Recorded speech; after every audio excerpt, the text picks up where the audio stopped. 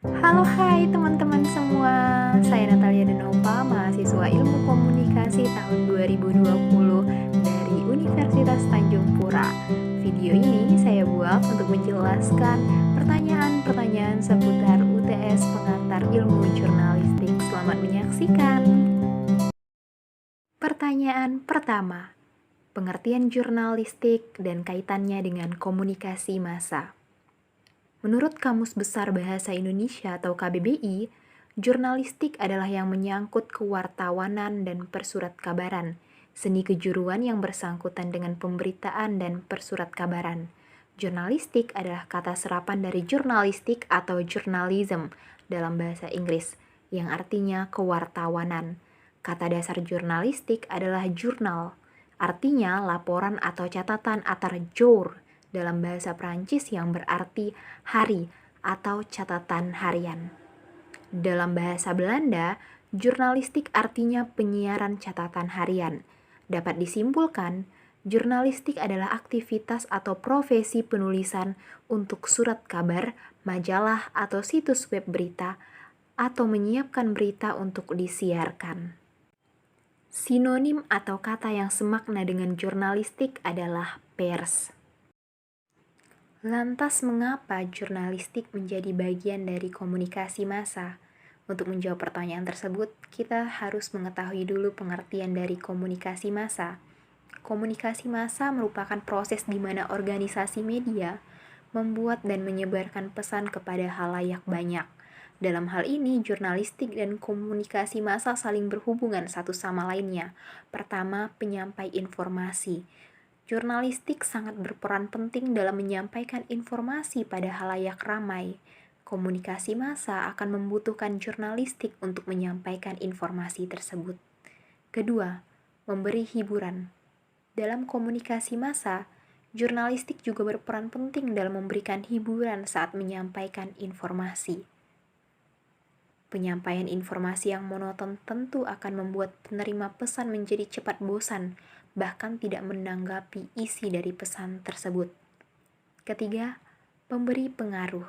Berikutnya, hubungan jurnalistik dengan komunikasi massa yaitu jurnalistik juga mempunyai kekuatan untuk memberikan pengaruh pada massa dalam sebuah komunikasi massa. Pengaruh tersebut bisa berupa pengaruh yang baik atau bahkan buruk. Misalnya saja pada komunikasi tentang pemilu, jurnalistik bisa memberikan pengaruh agar masyarakat ikut berpartisipasi dalam pemilu. 4. Mendidik masyarakat. Jurnalistik juga mempunyai peran dalam mendidik masyarakat lewat sebuah komunikasi massa, misalnya saja pada penyuluhan narkoba. 5. Mengenalkan seni. Hubungan jurnalistik dengan komunikasi massa layaknya dua sisi dari sebuah koin. Dalam penyampaian sebuah pesan kepada halayak ramai, jurnalistik tentunya akan memberikan sentuhan ide yang menarik di dalamnya. Penggunaan ilustrasi atau sentuhan seni lainnya biasanya diikutsertakan dalam sebuah komunikasi massa. Menginspirasi. Dalam sebuah komunikasi massa yang mengandalkan jurnalistik di dalam penyampaiannya, tentu membutuhkan komunikasi visual yang menarik. Dari gambaran yang menarik inilah biasanya masyarakat akan lebih terinspirasi untuk melakukan sesuatu yang disampaikan. 7. Menarik perhatian. Hubungan jurnalistik dengan komunikasi massa akan membuat banyak orang lebih tertarik perhatiannya untuk menerima pesan tersebut. Perhatian masyarakat biasanya akan dialihkan dari sebuah judul atau gambar. Kekuatan jurnalistik dalam menarik perhatian memang tidak bisa dipungkiri lagi. Bahkan sebuah informasi yang sepele sekalipun akan mendapatkan banyak perhatian ketika jurnalis mengubah cara penyampaian informasi tersebut hingga ribuan bahkan jutaan orang melihatnya. 8. Pengatur norma sosial. Dalam komunikasi massa tentunya akan ada banyak orang yang dihadapi dan memiliki pemikiran yang berbeda-beda. Untuk tetap menjaga norma sosial yang ada, maka jurnalistik harus menjaga nilai-nilai tersebut dalam penyampaian informasinya. Jurnalis yang baik dari menjaga norma yang ada tentu akan membuat para penerima informasi juga menjaga norma tersebut dengan baik. Membangun opini. Dalam jurnalistik juga mampu membangun opini masyarakat yang menjadi penerima pesan untuk memberikan feedback kepada mereka yang melaksanakan komunikasi massa. Opini yang digiring oleh jurnalistik bisa berupa opini positif ataupun negatif. Dan terakhir, jembatan. Jurnalistik adalah jembatan yang netral yang sangat cocok digunakan oleh pemerintah ketika akan menyampaikan sesuatu kepada masyarakat. Jurnalistik akan menyampaikan pesan pemerintah kepada masyarakat dengan sangat baik agar masyarakat dapat menerima dan menyetujui pesan tersebut. Dari ke-10 hal tersebut dapat disimpulkan bahwa mengapa jurnalistik menjadi bagian dari komunikasi massa, karena keduanya tidak dapat dipisahkan satu sama lainnya. Karena komunikasi massa mengandung jurnalistik di dalamnya. Pertanyaan kedua, sejarah dan perkembangan jurnalistik. Sejatinya, perkembangan jurnalisme di dunia sudah dimulai sejak zaman dahulu. Jurnalisme bahkan sudah ada sejak zaman Nabi Nuh. Nabi Nuh dianggap sebagai pencari berita dan penyiar kabar atau wartawan pertama kali di dunia. Kapal Nabi Nuh pun disebut sebagai kantor berita pertama di dunia. Di Mesir, masyarakat menemukan teknik pembuatan kertas dari serat tumbuhan yang bernama papirus. Pada abad ke-8 Masehi, tepatnya tahun 911 Masehi, di Cina muncul surat kabar cetak pertama dengan nama King Pao atau Qing Pao, artinya kabar dari istana. Tahun 1351 Masehi, Kaisar Guangzhou mengedarkan surat kabar itu secara teratur seminggu sekali. Penyebaran informasi tertulis maju sangat pesat sejak mesin cetak ditemukan oleh Johann Gutenberg pada 1450. Koran cetakan yang berbentuk seperti sekarang ini muncul pertama kalinya pada 1457 di Nuremberg, Jerman. Salah satu peristiwa besar yang pertama kali diberitakan secara luas di surat kabar adalah pengumuman hasil ekspedisi Christopher Columbus ke benua Amerika pada tahun 1493. Pelopor surat kabar sebagai media berita pertama yang bernama Gazzetta lahir di Venesia, Italia tahun 1536 Masehi. Saat itu Republik Venesia sedang berperang melawan Sultan Sulaiman. Pada awalnya surat kabar ini ditulis tangan dan para pedagang penukar uang di Rialto menulisnya dan menjualnya dengan murah. Tapi kemudian surat kabar ini dicetak. Surat kabar cetak yang pertama kali terbit secara teratur setiap hari adalah Oxford Gazette di Inggris tahun 1665 Masehi. Surat kabar ini kemudian berganti nama menjadi London Gazette. Ketika Henry Moniban menjadi editornya untuk pertama kali, dia telah menggunakan istilah newspaper.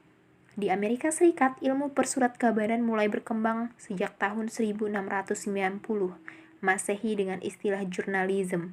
Saat itu terbit surat kabar dalam bentuk yang modern, public occurrence both foreign and domestic di Boston yang dimonitori oleh Benjamin Harris.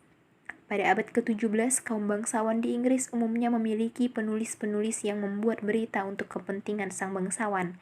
Koran-koran eksperimental yang bukan berasal dari kaum bangsawan mulai pula diterbitkan pada abad ke-17 itu, terutama di Prancis.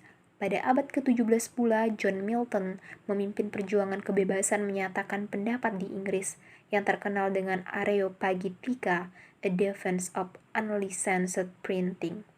Di Universitas Basel, Swiss, jurnalistik untuk pertama kali dikaji secara akademis oleh Karl Basser tahun 1847 sampai dengan 1930 dan Max Weber tahun 1864 sampai dengan 1920 dengan nama Zeitungskunde tahun 1884 Masehi. Di Amerika mulai dibuka School of Journalism di Columbia University tahun 1912 Masehi atau 1913 Masehi dengan penggagasnya bernama Joseph Pulitzer. Pada abad ke-18, jurnalisme lebih merupakan bisnis dan alat politik ketimbang sebuah profesi. Pers Amerika dan Eropa pada akhir abad ke-18 memasuki era jurnalisme modern seperti yang kita kenal sekarang. Perceraian antara jurnalisme dan politik terjadi pada sekitar 1825-an. Wajah jurnalisme pun menjadi lebih jelas, independen, dan berwibawa. Sejumlah jurnalis yang muncul pada abad itu bahkan lebih berpengaruh ketimbang tokoh-tokoh politik atau pemerintah.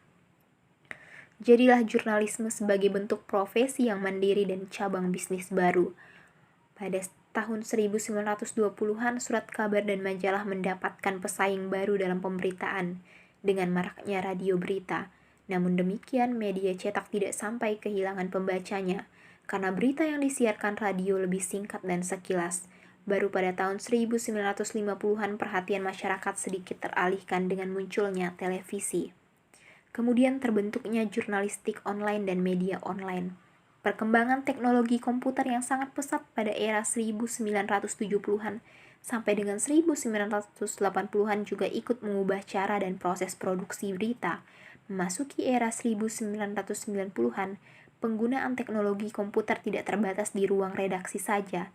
Semakin canggihnya teknologi komputer notebook yang sudah dilengkapi modem dan teknologi wireless, serta akses pengiriman berita, teks, foto, dan video melalui internet atau via satelit, telah memudahkan wartawan yang meliput di medan paling sulit sekalipun.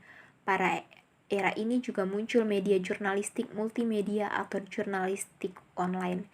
Perusahaan-perusahaan media raksasa sudah merambah berbagai segmen pasar dan pembaca berita. Tahun 2000-an muncul situs-situs pribadi yang juga membuat laporan jurnalistik pemiliknya. Istilah untuk situs pribadi ini adalah web blog dan sering disingkat menjadi blog saja. Memang tidak semua blog berisikan laporan jurnalistik, tapi banyak yang berisi laporan jurnalistik bermutu. Senior editor online journalism review G. di Lasika pernah menulis, blog merupakan salah satu bentuk jurnalisme dan bisa dijadikan sumber untuk berita. Pertanyaan ketiga. Pasal 6 Undang-Undang Nomor 40 Tahun 1999. Pers nasional melaksanakan peranannya sebagai berikut. A. Memenuhi hak masyarakat untuk mengetahui. Pers memenuhi hak masyarakat untuk mengetahui perkembangan situasi terkini, apa yang terjadi untuk kemudian masyarakat sikapi secara bijak berdasarkan berita yang telah didapatkan. B. Menegakkan nilai-nilai dasar demokrasi, mendorong terwujudnya supremasi hukum dan hak asasi manusia, serta menghormati kebinekaan, artinya kemerdekaan mengeluarkan pikiran dan pendapat sebagaimana dijamin oleh Undang-Undang Dasar tahun 1945 dapat disalurkan dan terwujud melalui pers yang merdeka. Adanya kemerdekaan pers akan mampu menjaga kemajemukan, keanekaragaman baik pikiran, pendapat, budaya, dan sebagaimana sehingga dapat dicegah munculnya otorianisme dalam semua bidang. C. Mengembangkan pendapat umum berdasarkan informasi yang tepat, akurat, dan benar. Menurut kode etik jurnalistik, akurat bermakna dipercaya benar sesuai keadaan objektif ketika peristiwa ini terjadi. Artinya, jika pers sudah menempuh semua prosedur untuk membuat berita seperti melakukan cek and recheck, verifikasi data berimbang, dan seterusnya, maka berita yang disiarkan oleh pers dapat sudah dikatakan sebagai berita yang akurat. D. Melakukan pengawasan, kritik, koreksi, dan saran terhadap hal-hal yang berkaitan dengan kepentingan umum. Artinya, pers tidak dapat bersifat positif lagi jika melihat ada kepentingan umum yang terabaikan, tidak ditangani sesuatu dengan aturan, apalagi kalau ada potensi penyalahgunaan. Di satu sisi, ketentuan ini merupakan suatu senjata dan pengakuan bagi pers dalam melaksanakan peranannya, tetapi di lain pihak, ketentuan ini juga merupakan sebuah kewajiban bagi pers.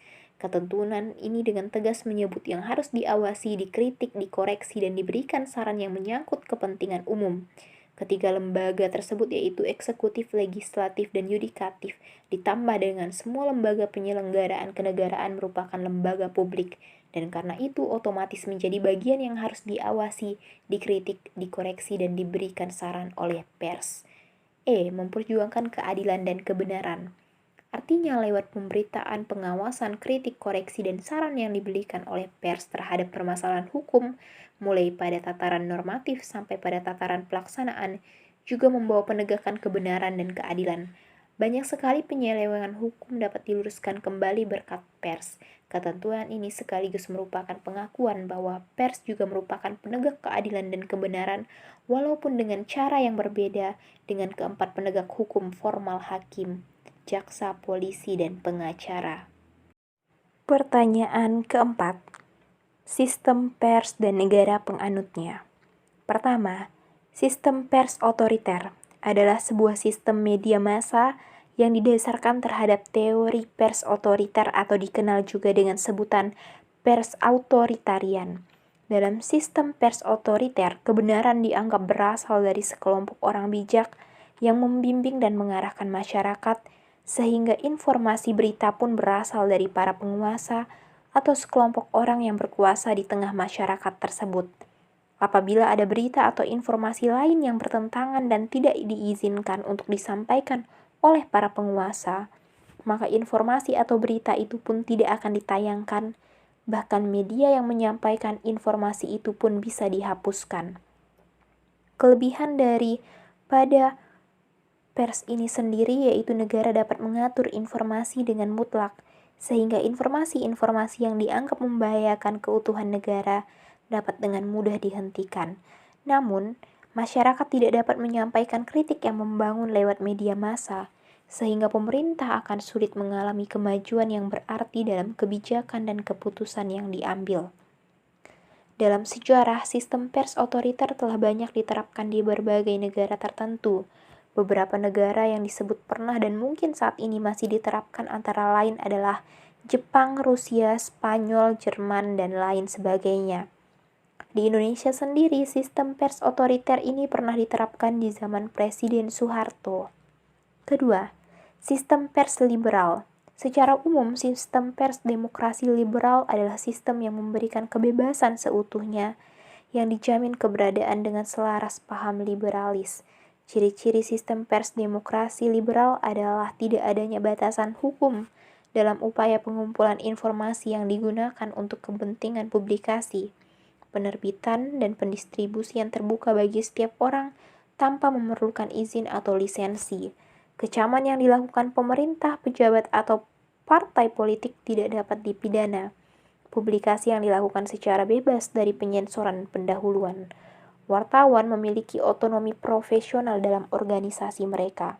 Dalam pers liberalis, dimodali oleh pemerintah dan swasta, atau dapat pula berasal dari salah satunya. Kontrol sosial benar berlaku secara bebas. Berita atau ulasan di media massa dapat berupa kritik tajam baik itu untuk perseorangan, lembaga, maupun juga pemerintah. Sistem pers liberal berada atau berlaku di negara-negara seperti Inggris, Australia, dan yang menganut paham liberal. 3. Teori pers komunis atau Marxis.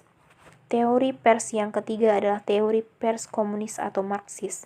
Teori pers komunis Soviet ini tumbuh di Rusia 2 tahun setelah Revolusi Oktober 1917 dan teori ini berakar pada teori pers otoriter atau penguasa, authoritarian teori.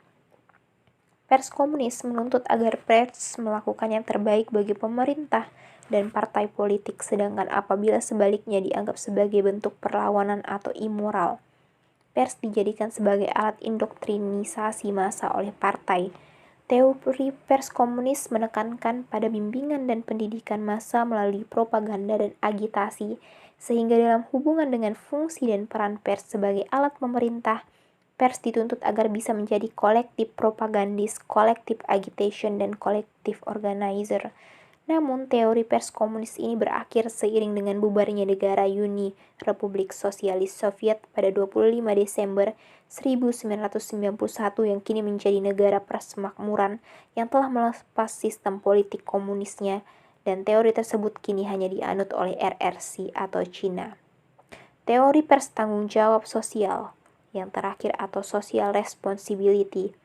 Teori pers yang keempat adalah teori pers tanggung jawab sosial. Pada teori ini, pers adalah forum yang dijadikan sebagai tempat untuk memusyawarahkan berbagai masalah dalam rangka tanggung jawab terhadap masyarakat atau orang banyak atau juga sosial. Teori ini sebagai upaya untuk mengatasi kontradiksi antara kebebasan pers media massa dan tanggung jawab sosial dan diformulasikan. Negara yang menganut teori pers tanggung jawab diantaranya yaitu Indonesia dan Amerika Serikat. Halo hai semua, terima kasih sudah menyaksikan jawaban saya atas UTS Pengantar Ilmu Jurnalistik. Semoga kalian bisa mengambil ilmu dari apa yang saya sampaikan dan berguna untuk kedepannya. Sekian dari saya dan terima kasih.